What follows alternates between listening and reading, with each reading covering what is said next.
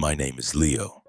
I'm 30, from this worn-out wheelchair in a little room at a care facility here in Indiana. I'm going to tell you how my life ended up here. The rain is coming down hard against the window pane, a steady drumbeat for the memories I've spent years trying to silence. But you can never really escape them, can you? Don't picture some tycoon with a fortune stashed away or a sprawling estate full of fancy cars. That's not my story. My only real possessions are the scars that cover my body and have settled deep in my spirit. I'm what you'd call a survivor. To make any sense of it, though, we have to go all the way back. Back to where it all began, in a forgotten corner of Indiana. I was just a kid back then, full of impossible dreams, long before life came and ripped it all to shreds. I grew up in a part of Gary that everyone called the Hollows, a name that promised nothing but hopelessness from the start. It was a tangle of sagging old houses leaning against each other for support, where the permanent scent of motor oil and rot hung in the air. So thick you felt like you were breathing it in with every gulp of air. Our place was a cramped two-bedroom flat where the walls were permanently nicotine yellow and streaked with water stains. Every time a storm rolled through, we'd set out pots and pans to catch the drips, the plink-plonk sound becoming the soundtrack to our nights. My dad, Frank, was a mechanic at a local garage. He'd stumble in late, his hands permanently stained with grease and the sour smell of cheap beer clinging to him like a second skin. My mom, Sarah, spent her days on her feet at a greasy spoon diner, wearing a smile that never quite reached her exhausted eyes, all for the hope of a few extra dollars in tips. Money was more than tight. It was a constant, suffocating absence. Many nights, dinner was nothing more than peanut butter spread thin on stale bread. And I figured out early on that asking for things only brought a fresh wave of pain to my parents' faces. So I learned to keep my wants to myself. But even in a place like that, a boy's imagination can be a powerful thing. It has to be. My favorite escape was the mountain of worn-out tires behind my dad's garage. I'd scramble up the slick black rubber, the whole world smelling of oil and decay, and pretend I was a lone adventurer charting an unknown wilderness. My partner in every adventure was Sam. He was a wiry kid with a shock of untamable red hair and eyes that always seemed to be looking at something far away. He was constantly devouring sci-fi paperbacks from the public library, and his head was full of starships and distant galaxies. He'd grab my arm, his voice low and urgent. "Leo, listen to me. We're not staying here. We're gonna get out of this dump for good, you just watch." And I, a kid who had nothing else, clung to that promise with everything I had. I absolutely believed him. I held onto that dream like a shield, sure that one day I'd be somebody, that I'd do something that mattered. But that fragile hope shattered the year I turned 9. It started on a raw autumn morning. My mom's voice called me to the kitchen, and the sound of it made the hair on my arm stand up. She was standing by the sink in a frayed old cardigan, her hands twisting a dish towel over and over. Her eyes, usually so tired but kind, were darting around the room, unable to land on me. There was a secret in them, a heavy one. "Leo, you're not going to school today," she said, her voice thin like a thread about to snap. "We have to take you for a checkup, to a special place." A knot of confusion tightened in my stomach. "A checkup for what, Mom?" I asked, my voice small. "I feel fine." My father was leaning in the doorway, a dark shape blocking the light. "Just do what you're told and don't ask so many questions," he grumbled. "Get your coat, let's go." His tone shut down any further protest. We crammed into his ancient pickup, a machine I called the Rattler because it felt like every bolt was about to shake loose on the highway. The drive felt endless. We left the Hollows and its familiar smells behind, the city giving way to miles of flat, empty fields under a sky the color of dishwater. After what felt like half a day, we pulled up to a bleak, gray concrete building that seemed to rise out of nowhere, stranded beside the interstate. It had very few windows, looking more like a fortress than any doctor's office I had ever seen. It didn't look like any hospital I'd ever imagined. It was more like a bunker or a forgotten warehouse, stark and windowless. There were no signs, no people milling about. Just a heavy steel door and a handful of nondescript cars in the parking lot. A shiver of pure dread went through me. I reached for my mom's hand, and the icy cold of her skin seemed to travel right up my arm and into my chest. "It's okay, Leo, don't be afraid," she murmured, but her own hand was shaking uncontrollably in mine. The inside was a shock. It was unnervingly sterile, the floors polished to a mirror shine, and the air had a sharp chemical smell that burned my nostrils. A man with thin, steel-framed glasses and a crisp white lab coat came to meet us. His name tag read Dr. Peterson. He offered a smile that was all teeth and no warmth. A predator's smile. "A strong, healthy boy," he commented, giving my shoulder a pat that felt more like an appraisal. "This won't take long. Just a few simple tests and you'll be on your way home." The rest is a blur, a collection of terrifying snapshots. They led me into a room that was blindingly white, from the walls to the floor. They instructed me to lie down on a metal table that was shockingly cold against my back. I felt a sharp sting in my arm, then another, even sharper one in the side of my neck. A wave of grogginess washed over me, thick and suffocating. My eyelids felt like they were made of lead, and then the whole world just dissolved into darkness. The next thing I knew, I was in my own bed. The familiar cracks in the ceiling swam into focus. My head throbbed with a dull, persistent ache, and my limbs felt heavy and useless, as if I'd run a marathon in my sleep. My mom was there, sitting on the edge of the mattress, her hand stroking my hair. "You're okay now," she kept saying over and over, but she wouldn't look me in the eye. When I tried to ask what happened, what kind of tests they'd done, the answer was always the same vague dismissal. "It was just a checkup, sweetheart. Don't you worry about it." I tried so hard to accept her words, to push the fear down, but a cold certainty had taken root in my gut. Something was wrong. I felt hollowed out, like a piece of me was missing. It didn't take long for the changes to start. A few weeks after that day, a new kind of pain began, sharp and electric, like tiny needles jabbing deep into my leg muscles. Soon after, my balance started to go. I'd stumble over nothing, my legs giving out from under me without warning. I couldn't run anymore. The simple joy of it was just gone. One afternoon, I tried to scale the tire mountain behind the garage, just like I'd done 1,000 times before. I didn't even make it halfway up before my legs buckled. I fell hard, my knees smashing against the packed dirt, but this time I couldn't push myself back up. My legs wouldn't obey. Sam, seeing the sheer terror on my face, took off sprinting to find my dad. When my father finally came and lifted me into his arms, there was no comfort in his touch, only irritation. "Why can't you just be more careful?" he grumbled, his voice rough. Tears streamed down my face, not from the throbbing in my knees, but from the terrifying, suffocating feeling of being trapped inside my own body. In the months that followed, the numbness spread, creeping up my legs like a slow, cold tide. Soon I couldn't even stand without crutches. It was a doctor at the county hospital who finally gave it a name: lower body paralysis.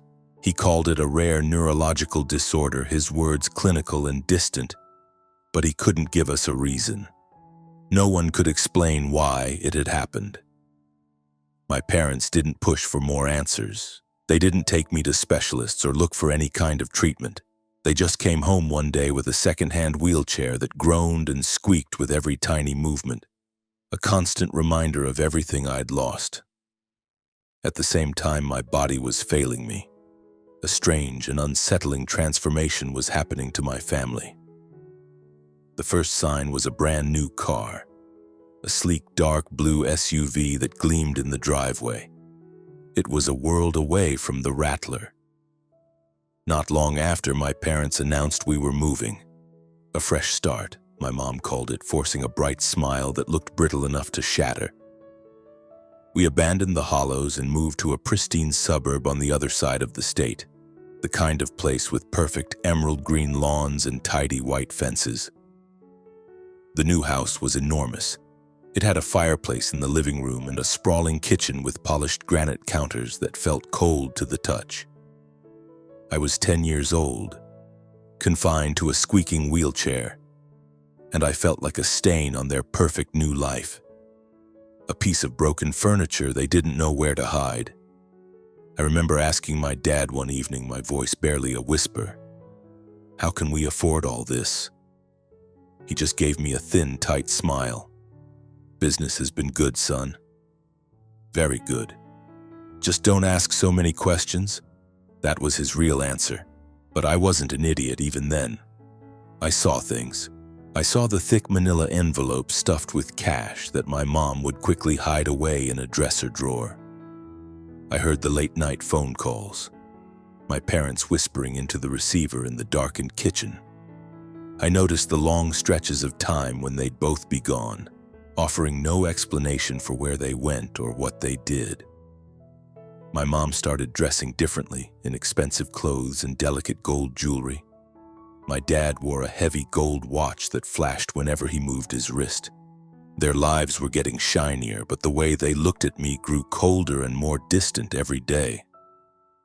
That flicker of warmth I used to see in their eyes, that simple love, had been extinguished.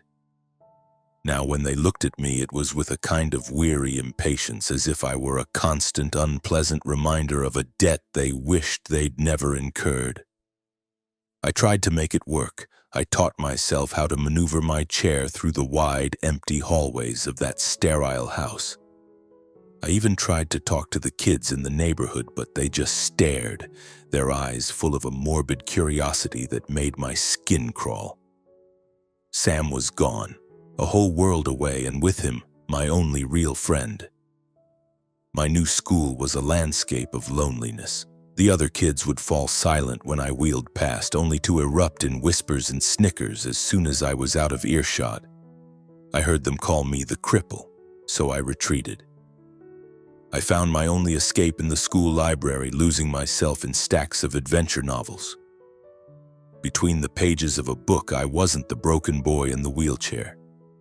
I could be a fearless knight on a quest, a brilliant astronaut exploring new worlds. I could be anyone at all as long as it wasn't me.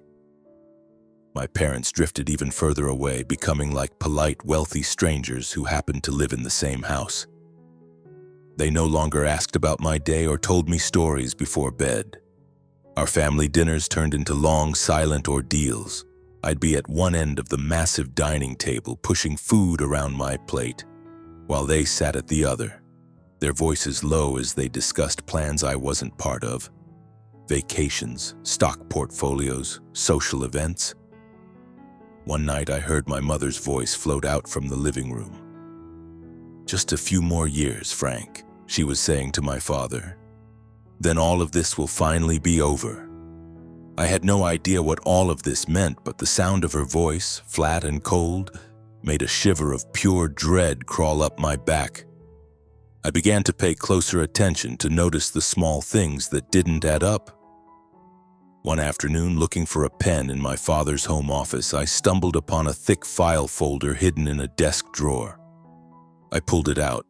The pages were filled with official-looking text, dense with words I barely recognized. Clinical trial. Informed consent. Compensation schedule. A cold sweat broke out on my forehead.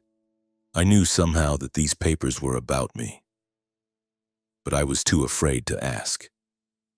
Every time I had tried to question anything, my parents would either shut me down with a cold look or explode with anger. "Don't you dare meddle in adult business, Leo," my father had roared at me once, his fist slamming down on the kitchen table so hard it sent my water glass crashing to the floor. The message was clear. Stay quiet. The year I turned 11, my mother announced she was pregnant. For a fleeting moment, I let myself hope. A new baby. Maybe this was the thing that would pull us back together. I pictured having a little brother, someone I could talk to, someone I could tell stories to. I was so profoundly lonely. But the moment my brother Adam was born, that fragile hope turned to dust. Adam was perfect.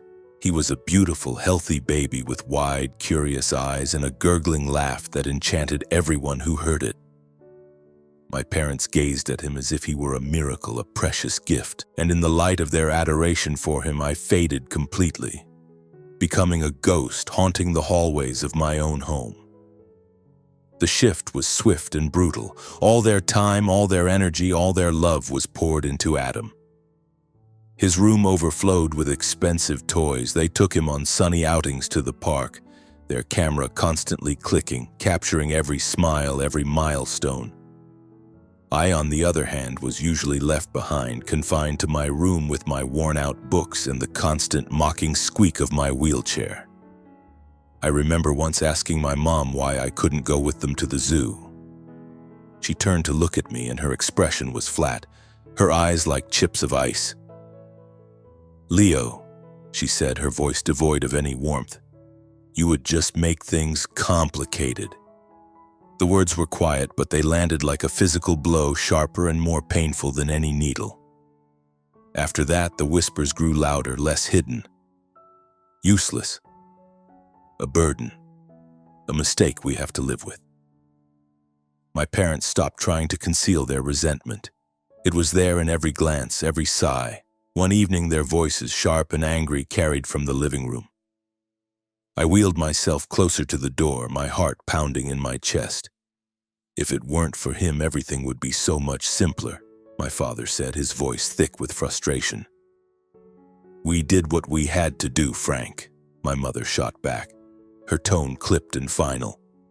"We can't have regrets." I backed away from the door, my hands trembling on the wheels of my chair.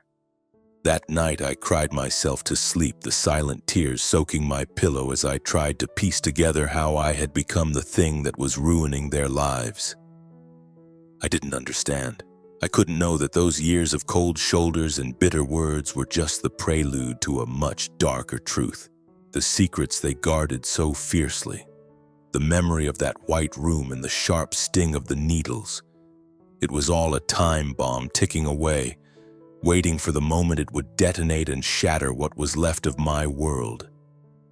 But at that age, I was just a lonely kid, focused only on surviving the day, completely oblivious to the fact that I had been traded away, my future sold, long before I even knew what it was. When I turned 18, an age that for most people signifies freedom, the start of college, road trips, a life finally beginning, it was just another number to me. It marked one more year spent as an invisible burden in the house I was supposed to call home. From my wheelchair, I'd sit for hours just staring out the window of my room, watching the autumn leaves drift down in the soft Indiana twilight. It was Thanksgiving Day. Downstairs, our showpiece of a house was filled with the smells of roasting turkey and the sounds of my mother orchestrating a feast. But up in my room, a deep chill had settled in my bones. It felt like winter had come just for me, a personal frost that froze any last bit of hope I might have been foolish enough to hold on to.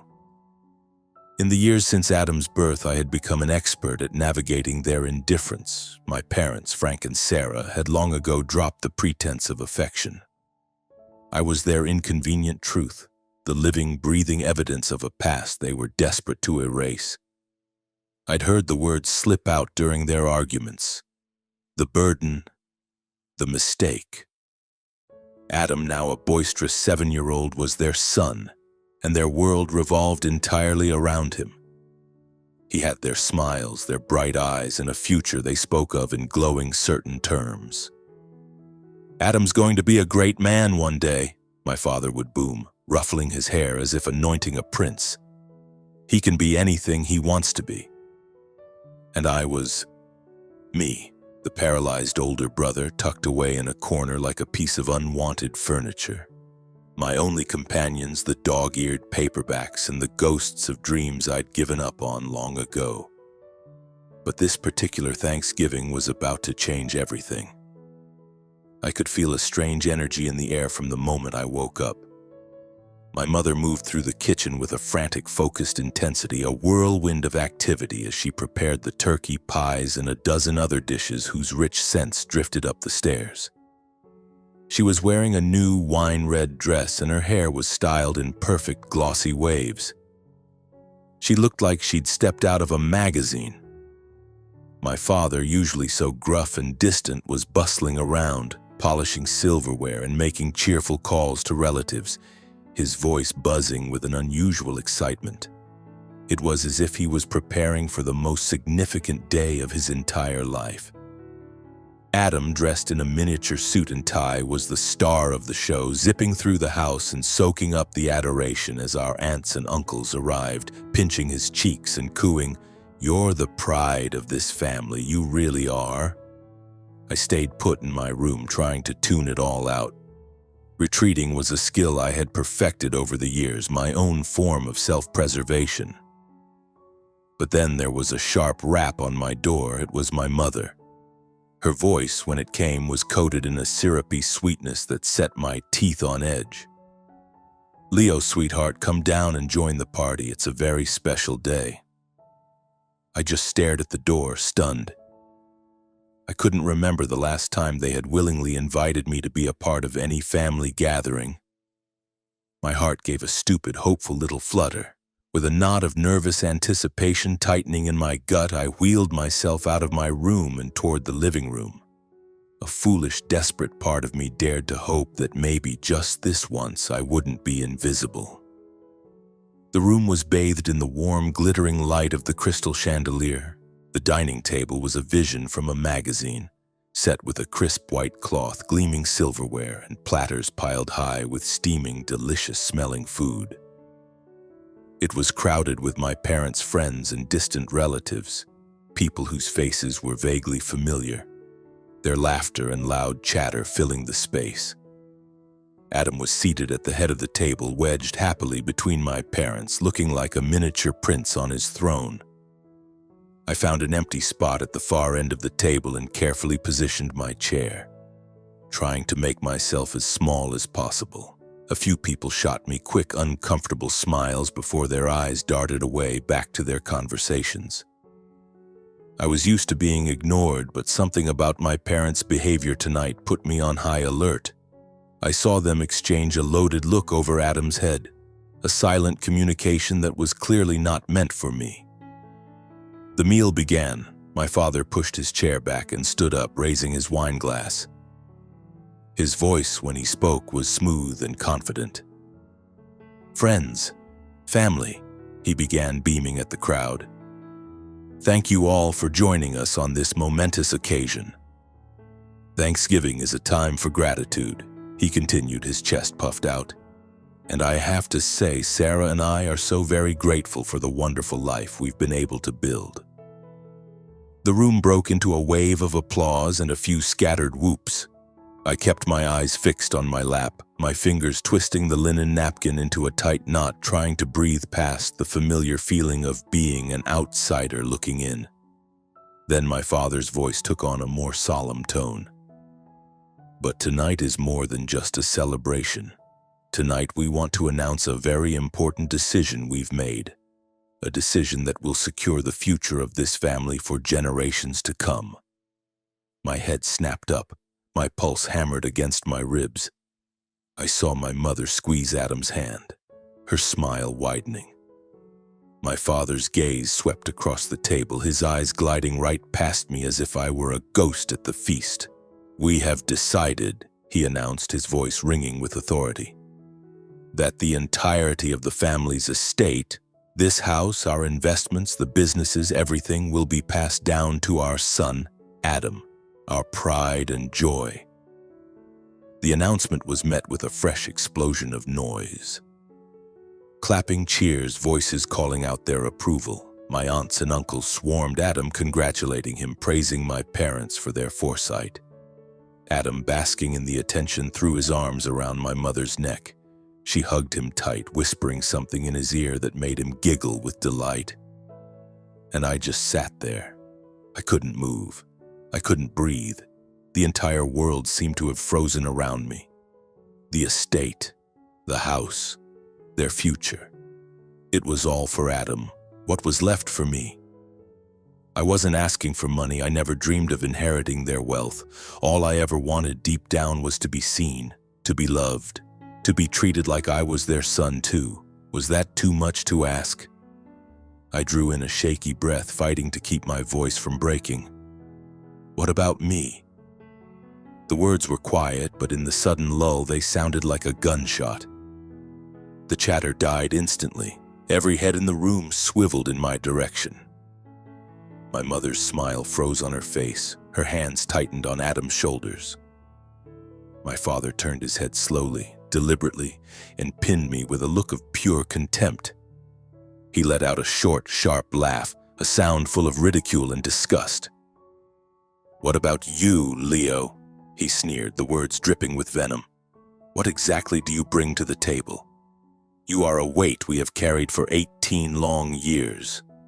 A burden." Each word was a physical blow, knocking the air from my lungs. The room started to tilt and swim around me. I could hear the muffled whispers, the snickers from some of our relatives. My mother refused to look at me, her eyes fixed on her plate as if she was deeply embarrassed by my very existence. Adam just stared, his young face a mask of confusion, completely unaware of the public execution that was taking place. A hot, furious wave of shame and rage washed over me.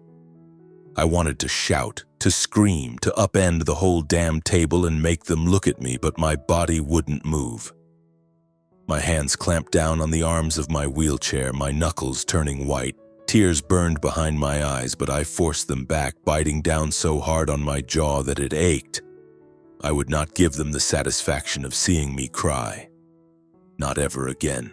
And just like that, the party resumed. The laughter and clinking glasses started up again, as if I had never spoken, as if I wasn't even there.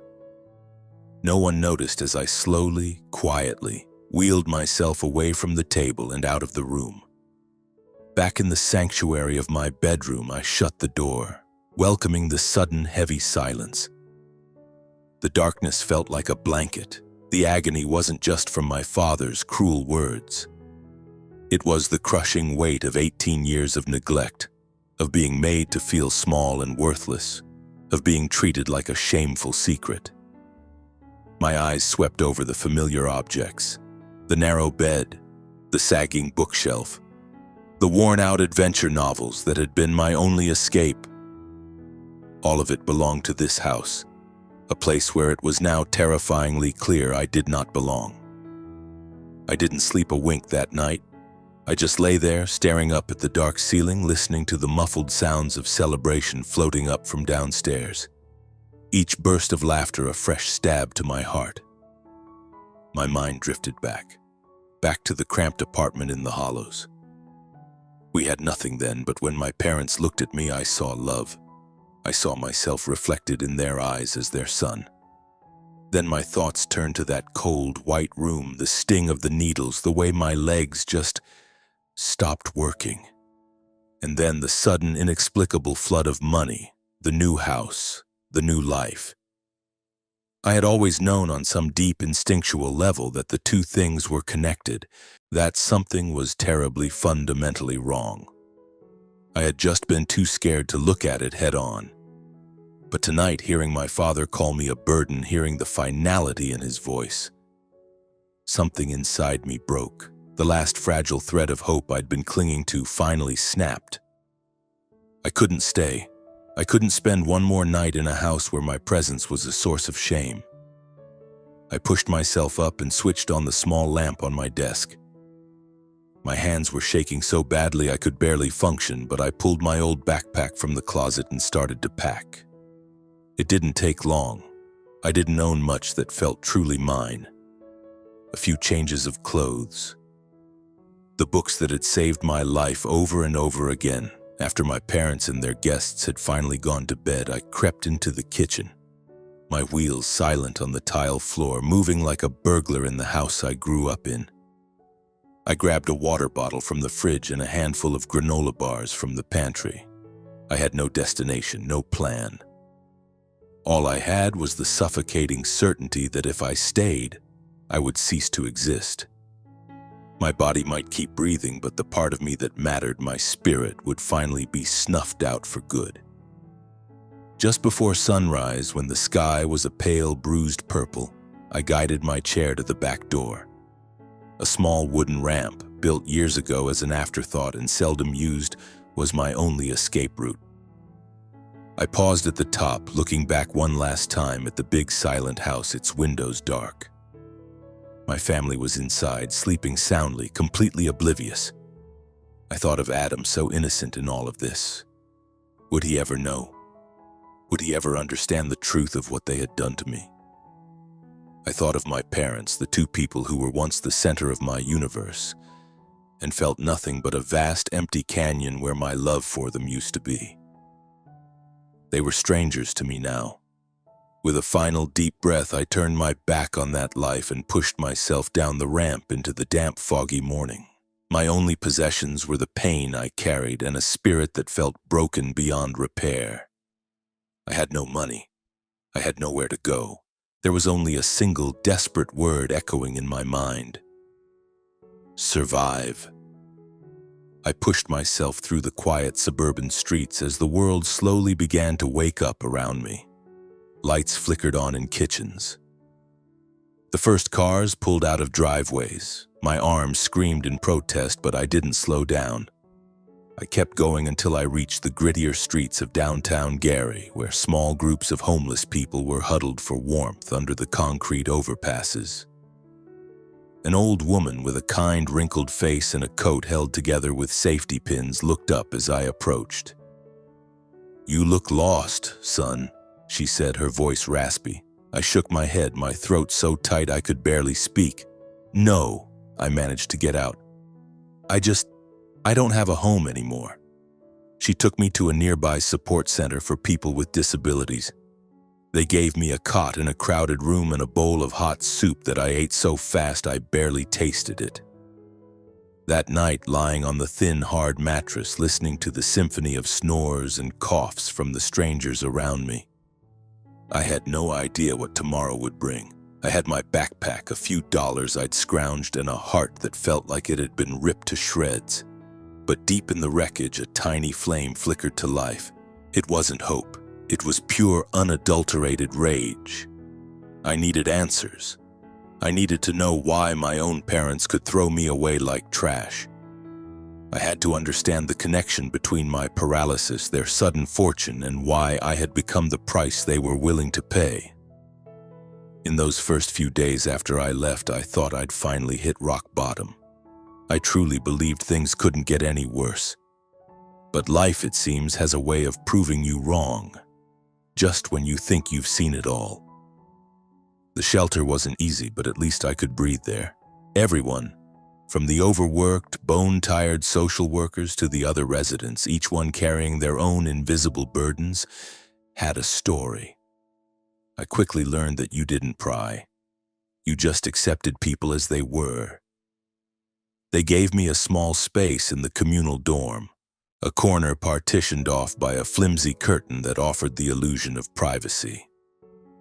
During the day, I'd escape to a nearby park. I'd find a quiet bench and read for hours, or just watch the endless stream of people hurrying by, trying to make sense of a world that felt so completely alien to me now. But no matter what I did, my thoughts always circled back to them. To Frank and Sarah. To that disastrous Thanksgiving dinner. "You're a burden." The words echoed in my head constantly, a poison I couldn't get out of my system. One afternoon, as I was wheeling back into the shelter, one of the case managers stopped me. Her name was Angela, a kind woman with tired eyes and a warm smile that never quite faded. "Leo," she said, holding out a plain white envelope. "This came for you." I stared at it, completely bewildered. How could anyone know I was here? I hadn't contacted a single soul. My parents, friends, and family certainly wouldn't be looking for me in a place like this. There was no return address, just my name. To Leo, written in a spidery blue script across the front. My heart started to pound as I took the letter from her. Back in my little corner, I pulled the curtain closed and switched on my reading light. My hands were trembling as I tore it open. Inside was a single sheet of cheap notebook paper folded neatly in two. The message was scrawled in that same unsteady handwriting, as if the person who wrote it was terrified or in a great hurry. I unfolded it. The words leaped off the page and punched the air from my lungs. You were never sick. You were a victim. Your parents sold you. They used you as a human test subject. My son was one too. They work for an illegal drug company. They're brokers. Find the truth, Leo. There was no name, no contact information, just a series of short, brutal sentences that felt like they were carving themselves into my brain. I read it again and then a third time, the words blurring together. Sold you, test subject, illegal drug company. It was insane. It had to be a cruel prank. But as I sat there, the room spinning, a cold, quiet voice in the back of my mind spoke a truth I could no longer deny. You always knew. You always knew something wasn't right. I sat there for what felt like hours, my hand clenched so tightly around the letter that the paper became a crumpled, sweaty ball. A tidal wave of memories crashed over me, each one sharper and more vivid than ever before. The blindingly white room, the sting of the needles in my arm and neck, Dr. Peterson and his dead-eyed smile, the slow creeping numbness that stole my legs. And then, the money, the new car, the mansion, the hushed, urgent phone calls in the middle of the night, the way they looked at me with that mixture of guilt and resentment. All the pieces I had been too afraid to put together were now laid out before me, forming a picture of unimaginable horror. But still I resisted. A part of my mind screamed in denial. It couldn't be true. My parents, yes, they were cold, they were cruel, but they were still my parents. They had fed me. They had put a roof over my head, even if that roof covered a house where I was never truly welcome. Could they really be capable of something so monstrous? Could they really sell their own child? I shoved the letter deep into my pocket, a physical attempt to bury the thoughts it had unleashed. It had to be a mistake, a lie. Maybe it was from someone who was jealous of their success, trying to destroy them. It had to be. But the words wouldn't go away. They were branded onto my brain. That night, lying awake in the darkness of the dorm, the letter felt like it was burning a hole in my pocket. I thought about Adam, my happy, innocent little brother, being showered with the affection I had craved my whole life. I heard my father's voice dripping with contempt. What do you contribute? And then I thought about my legs, my useless dead legs, my life stolen from me for no reason I could ever understand. If that letter was telling the truth, if my parents were responsible, I had to know. At that point, it wasn't even about revenge. It was about something more fundamental.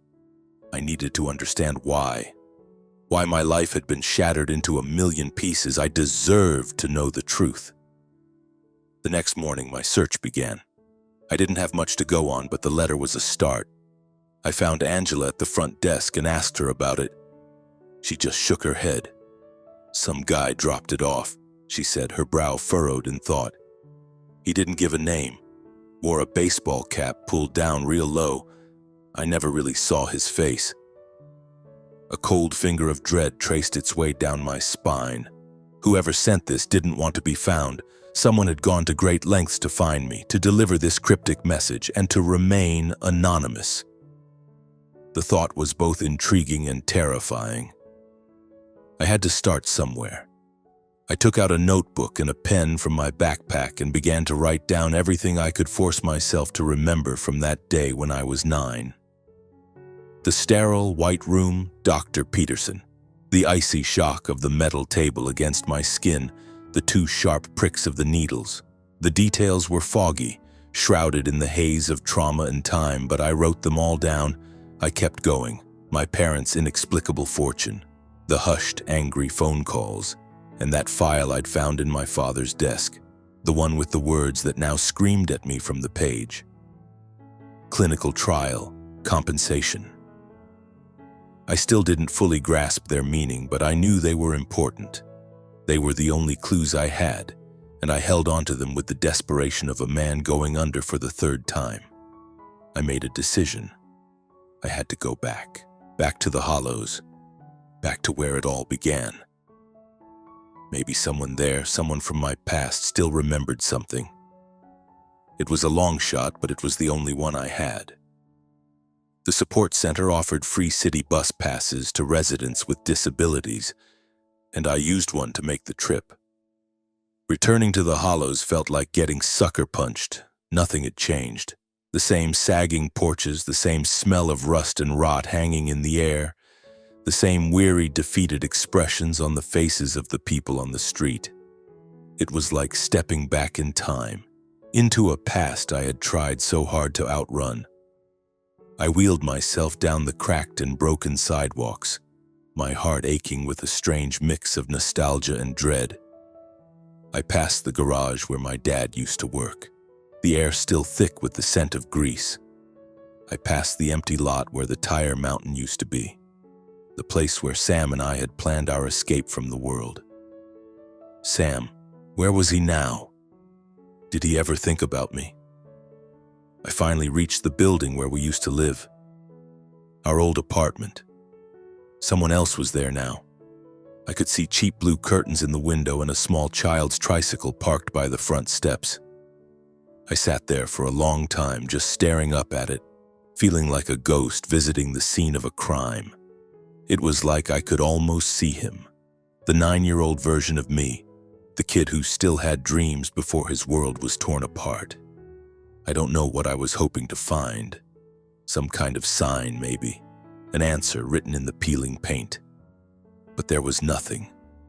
Just the heavy, oppressive silence of a place that time had forgotten. I started asking around, hoping to find someone who remembered us. Most of the old families were long gone, but I eventually found Mrs. Gable, an elderly woman who used to live in the apartment across the hall. She was sitting on her front stoop, her hands busy with a pair of knitting needles, her eyes milky with cataracts. When I told her who I was, she peered at me, her brow furrowed, and then a slow, sad smile spread across her face. Leo, little Leo, who was always climbing on those tires? Lord have mercy, look at you. I asked her about my parents, about what she remembered from back then. She let out a long, weary sigh, her eyes fixed on something far away. They were different after that day, she said, her voice a reedy whisper. The day they took you off somewhere. Your mama, she was crying her eyes out when they got back, but she never said a word about why. And then just like that, they had money, packed up and left in a hurry. We all thought it was mighty strange, but in a place like this, you learn not to ask questions. Mrs. Gable's words were like gasoline on the fire of my suspicion. I took a chance. I told her about the letter. I told her what it claimed my parents had done. Her hands stilled in her lap. She leaned forward, her eyes suddenly sharp and focused, and dropped her voice to a conspiratorial whisper. Leo, listen to me. Around that same time, a few other children from this neighborhood just vanished. One day they were here, the next they were gone. Their families never said where they went. But there were whispers, rumors about some kind of clinic out on the interstate. People said it wasn't a real hospital, she continued, her voice barely audible.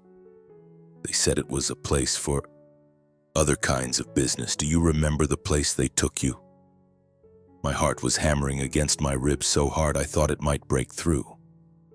I nodded. The White Room, I whispered. Dr. Peterson.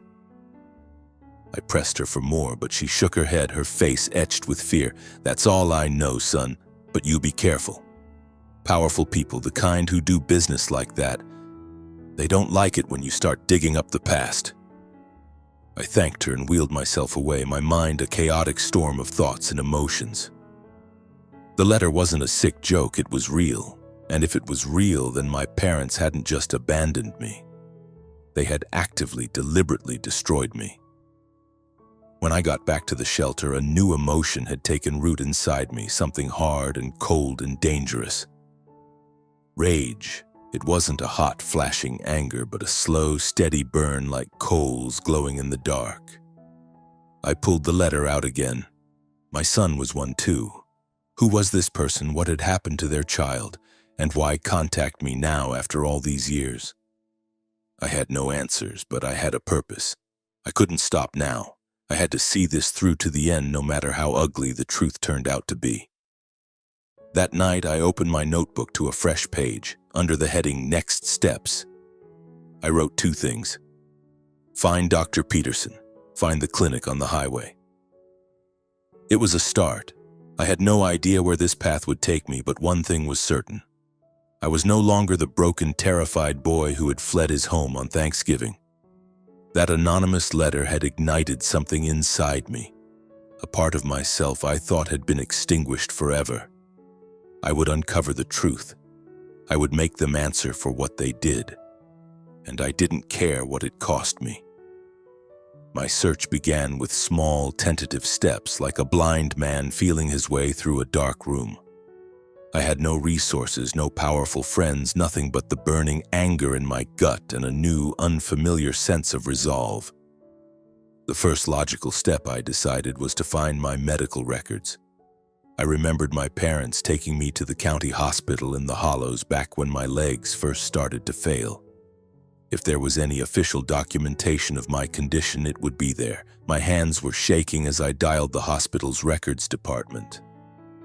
I explained what I needed, my voice cracking with nerves. The clerk on the other end was polite but firm. I'd have to come in person and present a valid photo ID.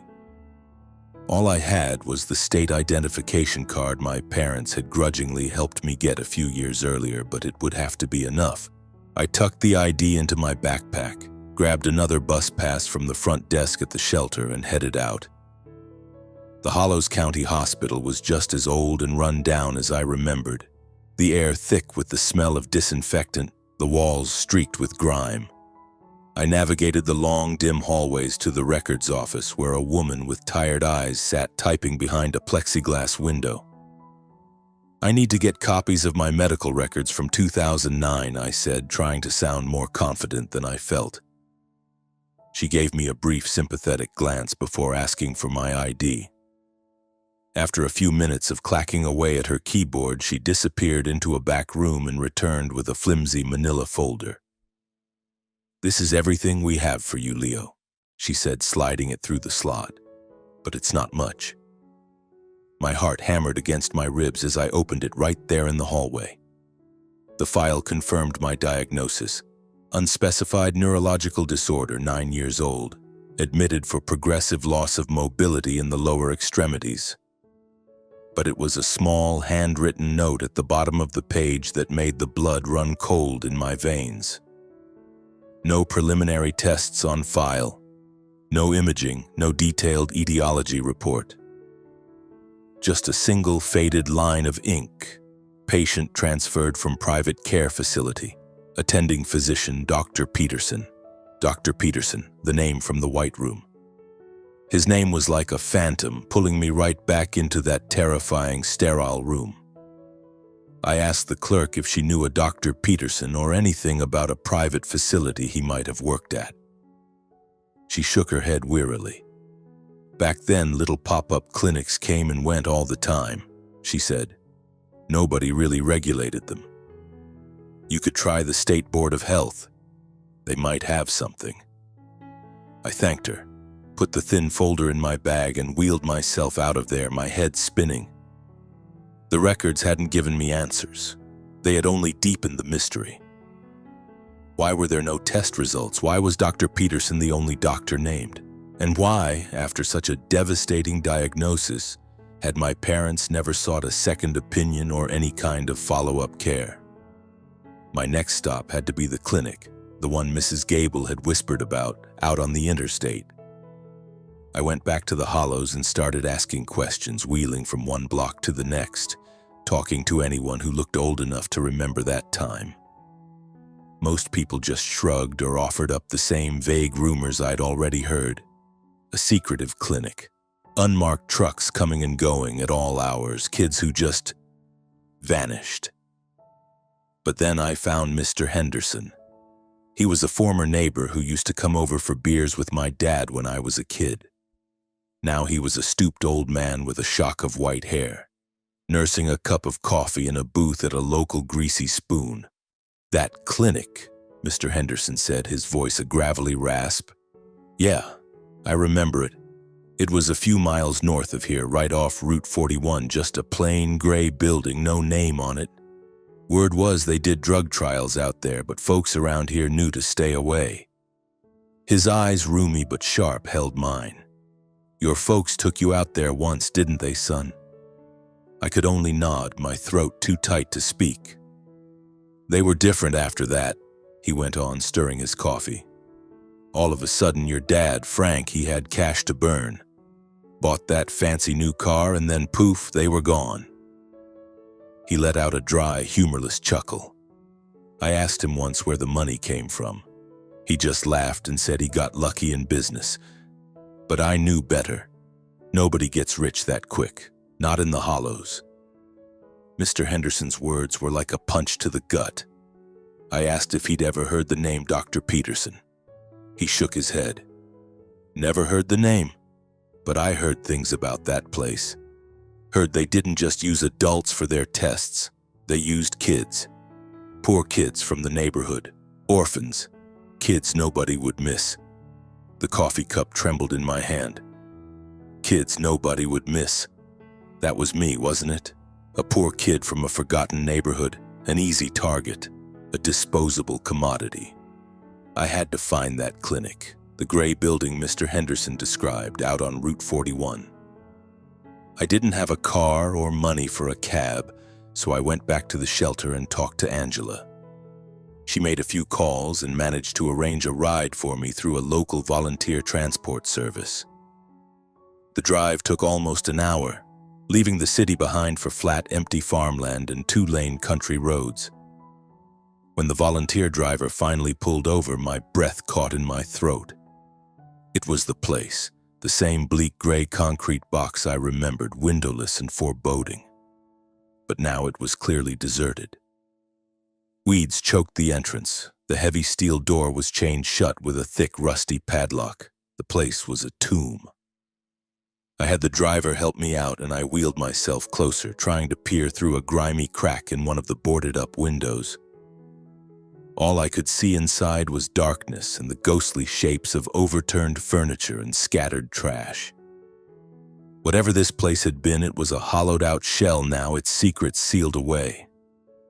I sat there for a long time under the overcast sky, the silence pressing in on me. I had come all this way only to find another dead end. The clinic had been my only solid lead, and now it was gone. I felt a wave of despair wash over me. But then I thought of the letter, the words that had started this whole thing. "You were a victim. Your parents sold you." If the clinic was a dead end, there was only one other place the truth could be hiding. My parents' house. I remembered that file, those words. Clinical trial, compensation. The thought of going back there, of setting foot in that house where I had been so thoroughly rejected, made my stomach clench with anxiety. But I had to know. If the proof I needed was locked away in my father's desk, I had to get my hands on it. I spent the rest of the day gathering my nerve. I packed my notebook and ID into my backpack, and the next morning I took a series of buses that carried me from the gritty streets of the city to the manicured lawns of their wealthy suburb. Standing there on the sidewalk, staring at the perfect house with its pristine white fence, I felt like I was from another planet. This house, with its perfect green lawn and its warm, inviting windows, was a monument to my isolation. Every brick was a reminder of a family dinner I wasn't wanted at, a conversation I was excluded from, a life I was never allowed to be a part of. I took a deep breath and knocked, My heart was a frantic drum against my ribs. After a moment, the door opened. It was my mother. Her eyes widened in shock and then immediately hardened into a look of pure annoyance. "Leo," she said, her voice tight with displeasure, "what are you doing here?" Before I could even form a response, my father appeared in the doorway behind her, his face a thundercloud. He looked just as he had on Thanksgiving night, cold, dismissive, and angry. "What do you want?"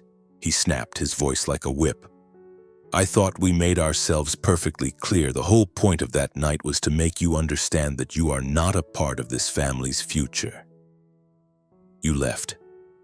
We were relieved. Why in God's name are you back?"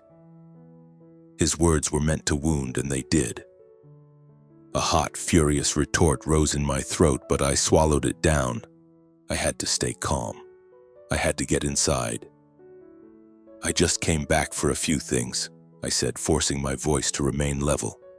"Some old stuff I left behind. I'll just be a day or two, and then I'll be out of your hair for good."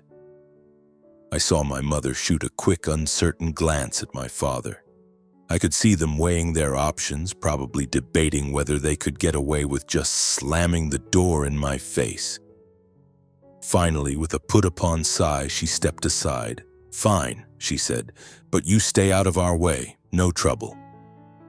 They didn't ask where I'd been. They didn't ask if I was okay, if I had a place to sleep, if I'd had anything to eat. Their utter lack of curiosity was more damning than any insult they could have hurled at me. It confirmed what I already knew. They did not care. They had never cared. I wheeled myself down the familiar, spacious hallways, but the house no longer felt like home. It felt like a museum, cold and impersonal. Adam was at school, so the only sounds were the low murmur of the television from the living room and my mother's quiet movements in the kitchen. They let me use my old room, which was exactly as I had left it, a time capsule of my lonely childhood. But I wasn't there to reminisce. I was on a mission.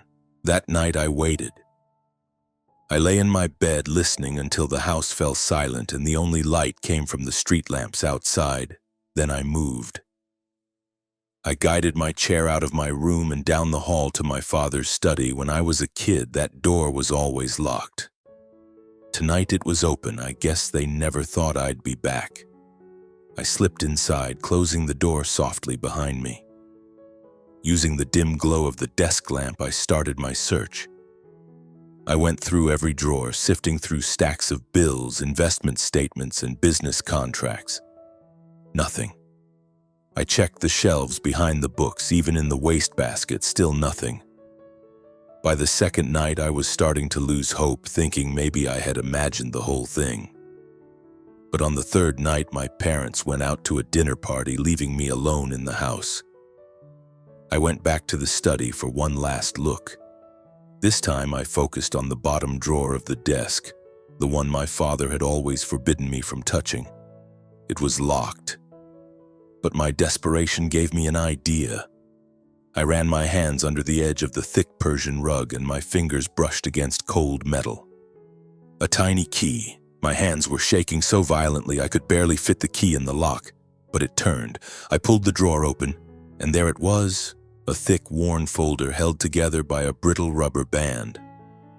On the tab, 2 words were typed in bold letters: Medvance Contract, 2009. I pulled it out, my heart hammering in my chest. I flipped it open. The first things I saw were bank statements, records of wire transfers from an entity called Medvance Pharmaceuticals into my parents' personal account. The sums were staggering, tens of thousands of dollars. The memo line on each transfer was the same: brokerage services.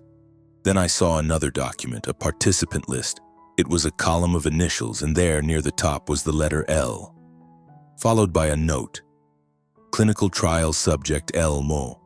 Subject L. That was me. I knew it. A wave of nausea washed over me as I kept reading.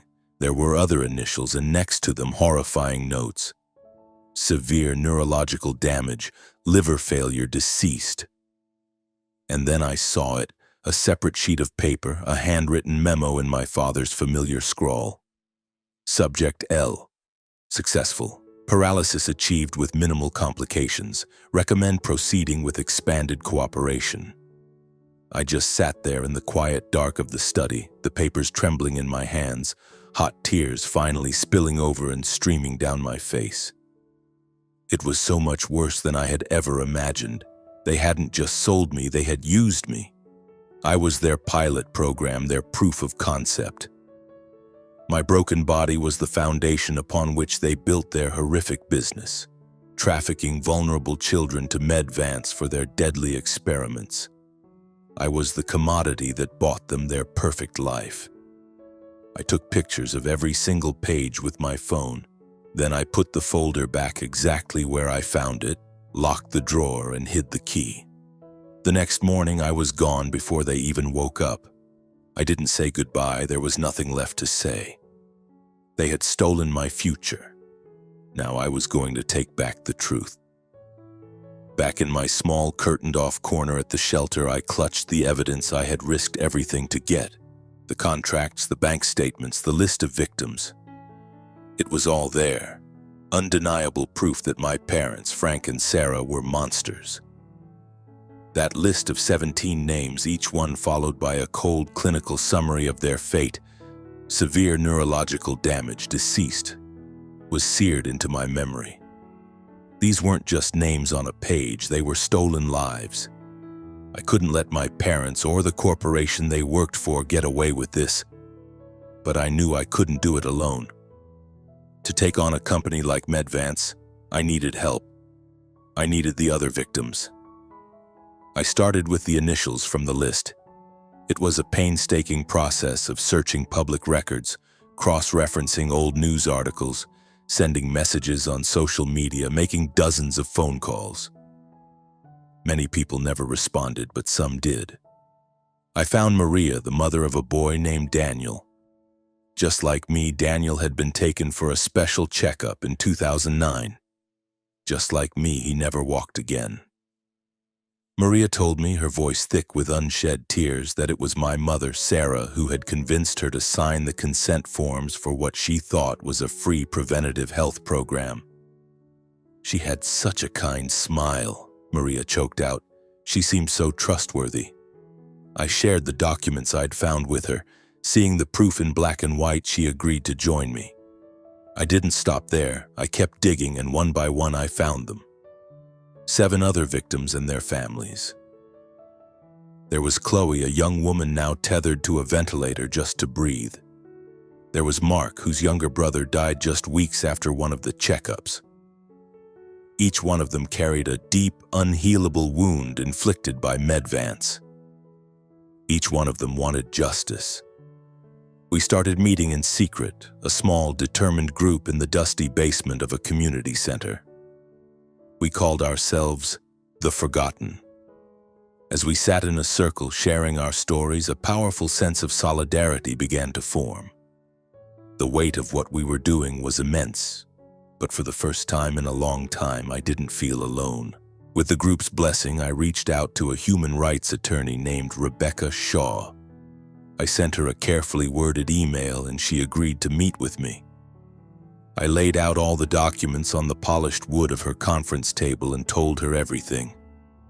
She listened without interruption, her expression growing more and more grim. "This is huge, Leo," she said when I had finished, her eyes locking with mine. "But it's also incredibly dangerous. A company like this will fight back hard. Are you prepared for that?" I thought of the 17 names. I thought of Chloe on her ventilator and Mark's little brother in his grave. "Yes," I said, my voice firm. "I am." That March, Rebecca filed a class action lawsuit in federal court.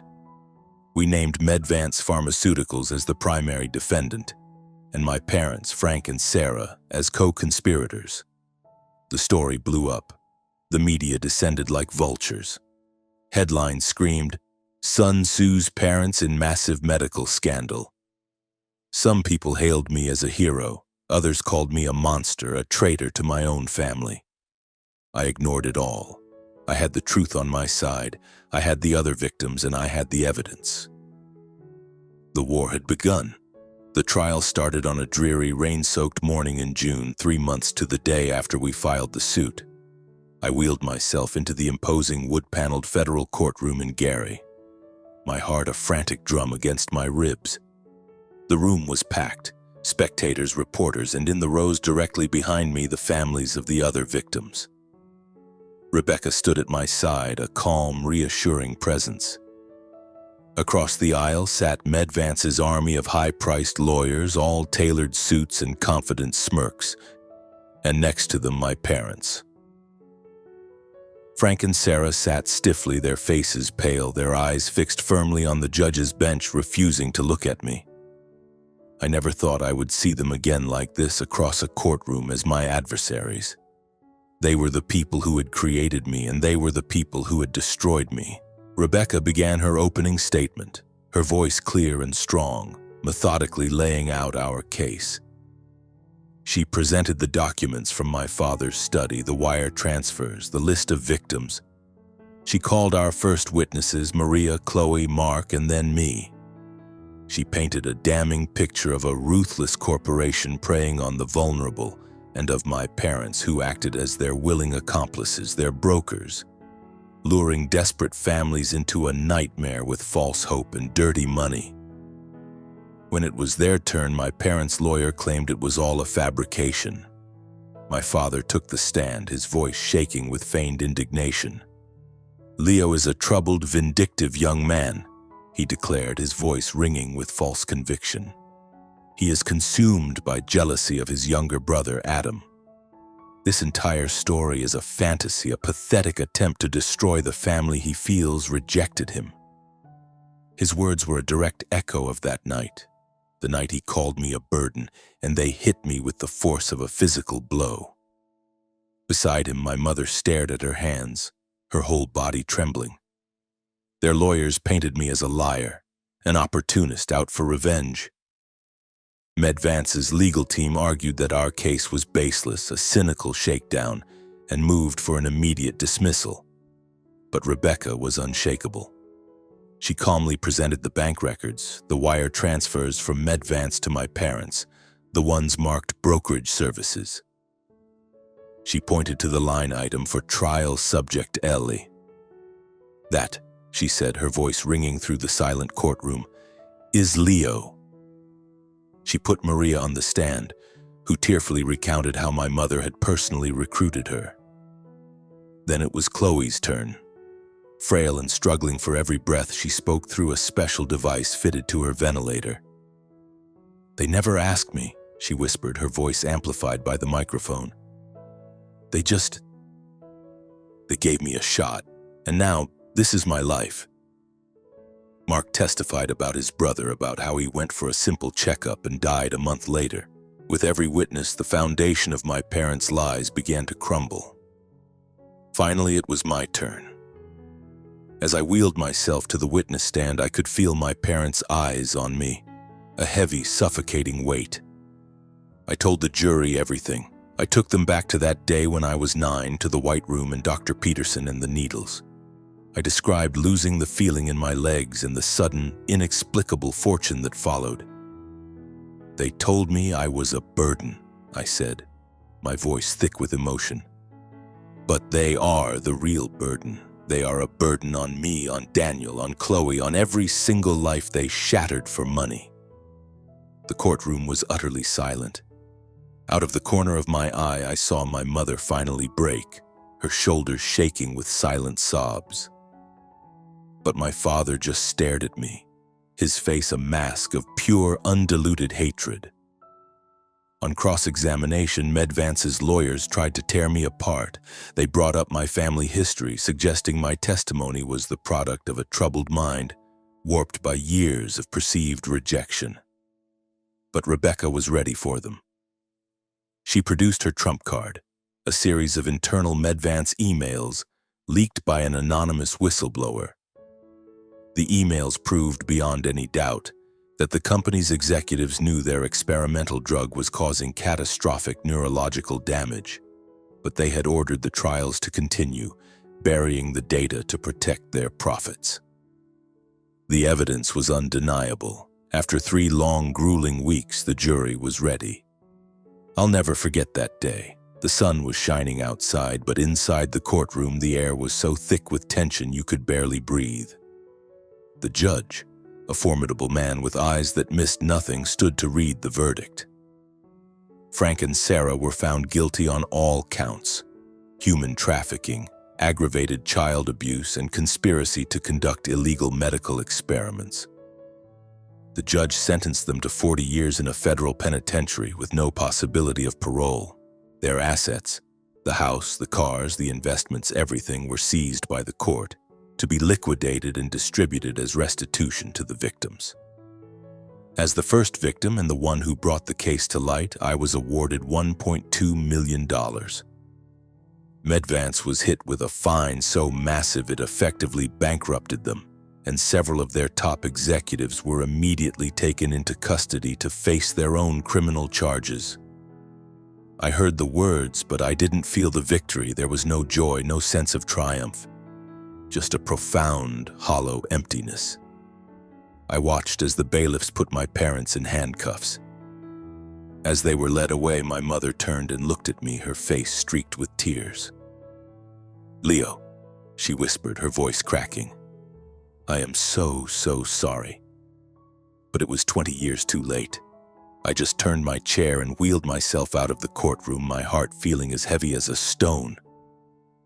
It's been more than 10 years now since that day in court. I'm still Leo, still in this wheelchair. I still come to this care facility in Indiana every week. The rain is still falling outside my window, but I'm not here to hide from the world anymore. I'm here because I have a story to tell. It's a story about unimaginable loss and betrayal, yes, but it's also about fighting back. It's about hope. A decade ago, I faced down the 2 people who gave me life, Frank and Sarah, and exposed them for who they really were. Monsters who sold their own child to a corrupt pharmaceutical company called Medvance in exchange for a life of luxury. They took my ability to walk. They stole my childhood, but they couldn't take my voice. I fought for the truth. I found the other survivors, people like Daniel and Chloe, and together we dragged the darkness into the light. We won, not just a legal victory, but a victory for our own humanity. Today I'm sitting in a circle with a support group. There's a young girl here who lost her leg in a car crash. There's an old man whose hands won't stop shaking from Parkinson's. And I'm telling them my story.